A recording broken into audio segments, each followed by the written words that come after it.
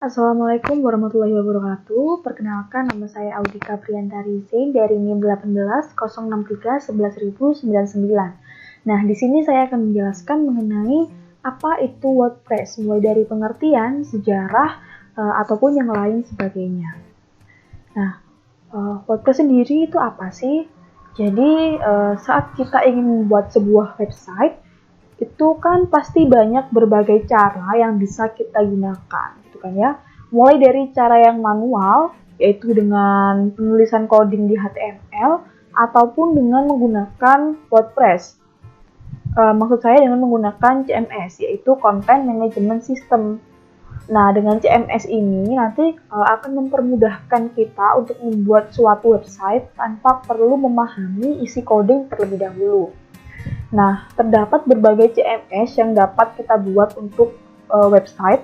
Nah, WordPress ini adalah salah satu website tersebut yang dapat digunakan atau yang dapat dibangun dengan menggunakan CMS itu tadi, seperti itu.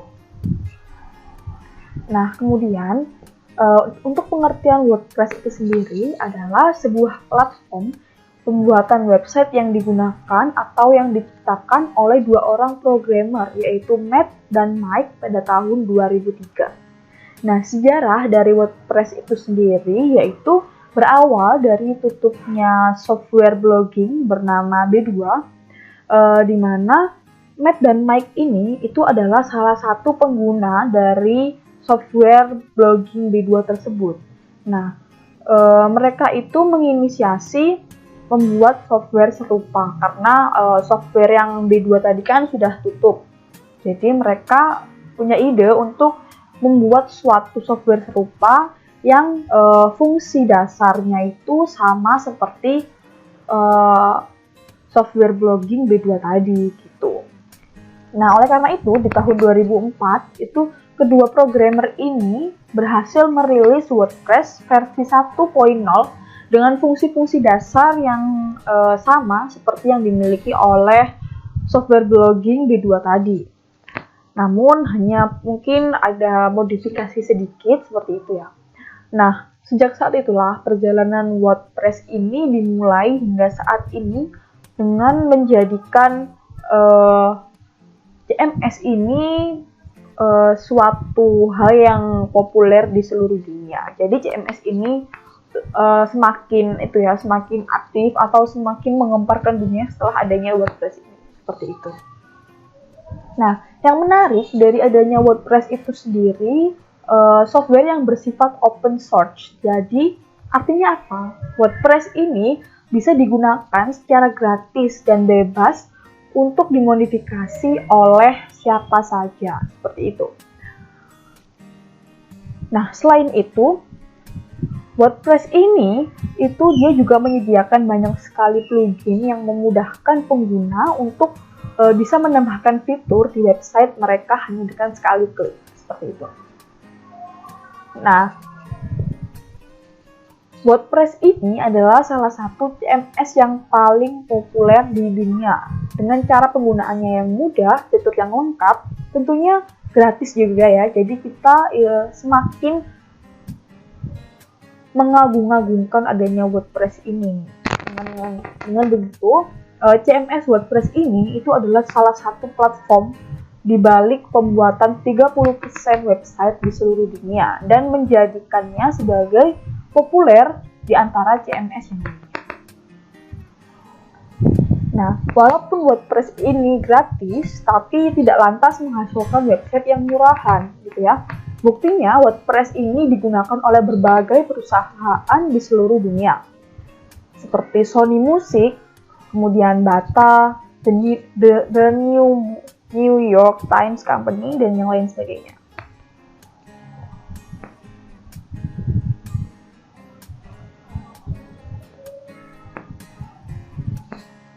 Nah, kemudian kenapa sih kita harus menggunakan WordPress? Karena yang pertama, WordPress itu ramah untuk pemula dan ahli.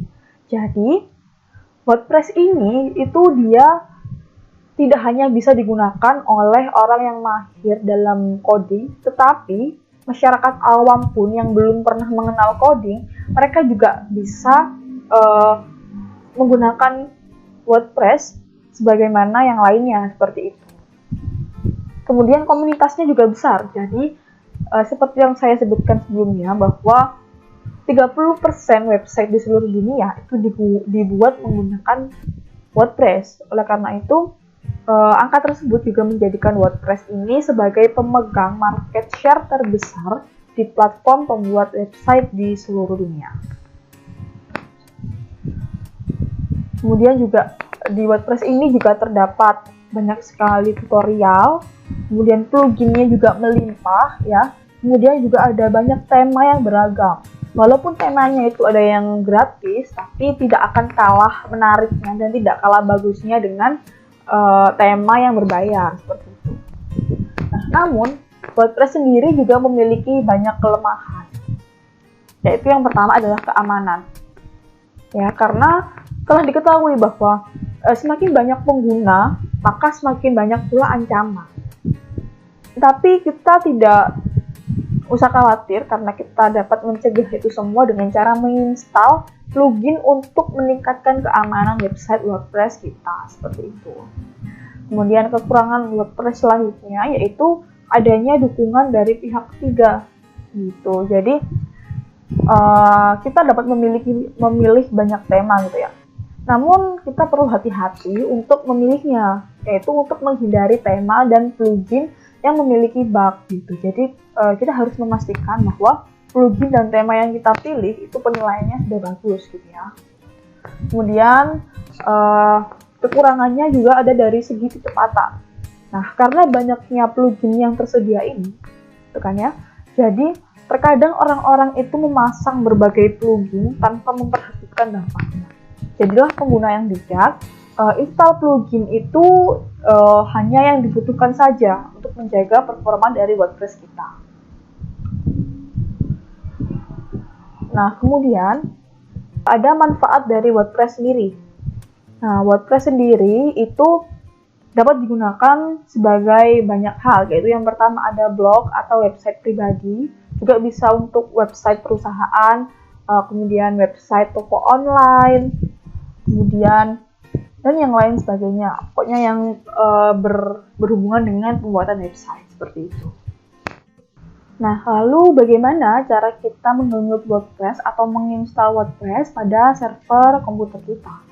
Nah, sebelumnya kita harus menginstal terlebih dahulu dari WordPress-nya sendiri. Nah, di sini saya sudah menginstal ya. Saya sudah menginstal.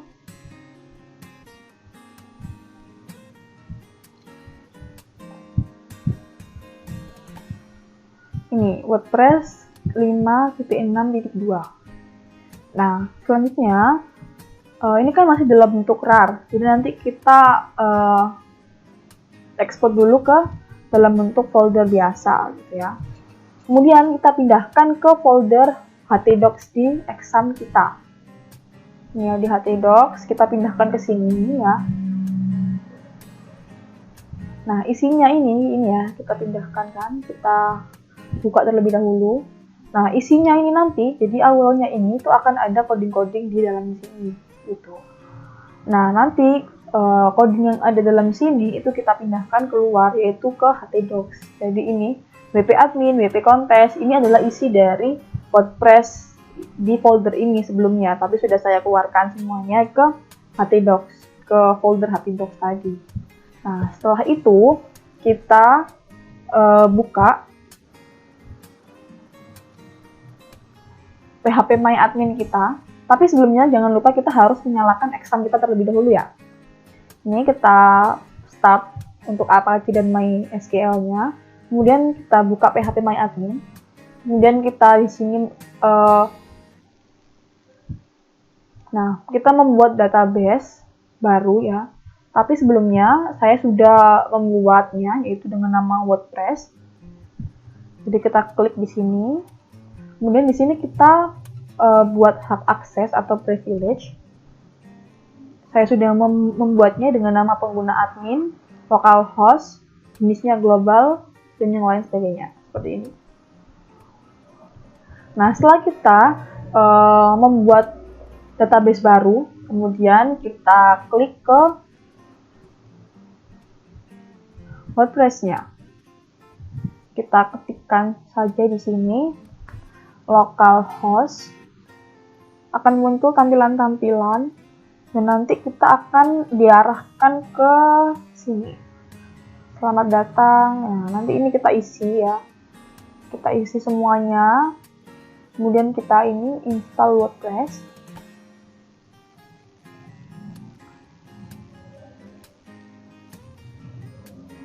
Jadi nanti kan setelah kita membuat database ya, lalu kita ketikkan yang awalnya yaitu localhost gitu. Nah, nanti kita install dari WordPress itu sendiri gitu. Lalu kita login sesuai dari pengguna yang sudah kita buat tadi di sini ya.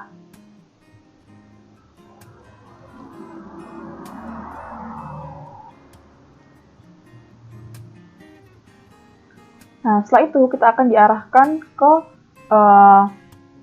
WordPress yang telah kita buat. Nah, di sini berarti kita sudah berhasil untuk membuat WordPress dalam server kita, server komputer kita, seperti itu. Nah, di sini ini ada home, ada post, media. Jadi kita nanti bisa menambahkan media, foto, dan yang lain sebagainya ke dalam WordPress kita. Nah, nanti di sini ini kita gunakan sebagai tempat istilahnya pengaturan atau modifikasi dari website yang akan kita buat. Jadi di sini kita sudah menjadi admin yang dapat membuat, mengubah atau memanajemen dari website yang akan kita buat nantinya, seperti itu. Di sini nanti ada write your first blog post. Jadi itu nanti kita bisa membuat blog pertama kita, seperti itu. Kemudian jika kita klik post, nanti kita akan diarahkan ke sini, yaitu yang digunakan untuk membuat website kita. Gitu. Kemudian juga ada media. Di sini media itu kita bisa menambahkan, ya ada foto, video, audio, dokumen, dan yang lain sebagainya ke dalam WordPress kita, seperti itu. Kemudian juga ada settings. Nah, kita bisa mengubah judul dari website kita, tagline, dan yang lain sebagainya. Nah, ini kalau kita semisal mau klik view site, nanti kita akan muncul ke desain tutorial, yaitu seperti nama dari website kita sendiri, seperti itu. Nah, mungkin cukup itu saja yang dapat saya sampaikan. Jadi kesimpulan dari penjelasan yang saya berikan sekarang itu adalah WordPress. WordPress itu adalah sebuah platform yang dapat digunakan untuk membuat website secara cepat tanpa kita harus membuat atau memahami konsep coding terlebih dahulu dengan bantuan adanya CMS atau konsep management system. Nah, WordPress ini banyak sekali kelebihan dan kekurangannya. Kelebihannya yaitu yang pertama, dia itu sangat mudah dan bisa digunakan oleh pemula ataupun programmer yang sudah ahli. Selain itu, dia juga memiliki banyak tema yang beragam dan memiliki banyak plugin gitu. Tapi kekurangannya sendiri itu dari keamanan, karena banyak sekali pengguna, maka juga akan cenderung lebih banyak hacker ya yang bisa mengancam situs website kita. Kemudian yang kedua, kecepatan. Karena kecepatan sendiri, kalau misal kita mendownload banyak sekali tema ataupun plugin, maka juga akan berimbas atau mempengaruhi kecepatan atau performa dari website kita, seperti itu. Nah, fungsi atau manfaat dari adanya WordPress itu sendiri, kita bisa membuatnya untuk keperluan pribadi kita, misal untuk blog, kita membuat website pribadi, ataupun untuk website perusahaan dan website untuk bisnis kita atau toko online dan yang lain sebagainya. Baik, mungkin cukup itu saja yang dapat saya sampaikan. Kurang lebihnya saya mohon maaf. Semoga postingan ini dapat bermanfaat bagi para pendengar. Dan saya akhiri, wassalamualaikum warahmatullahi wabarakatuh.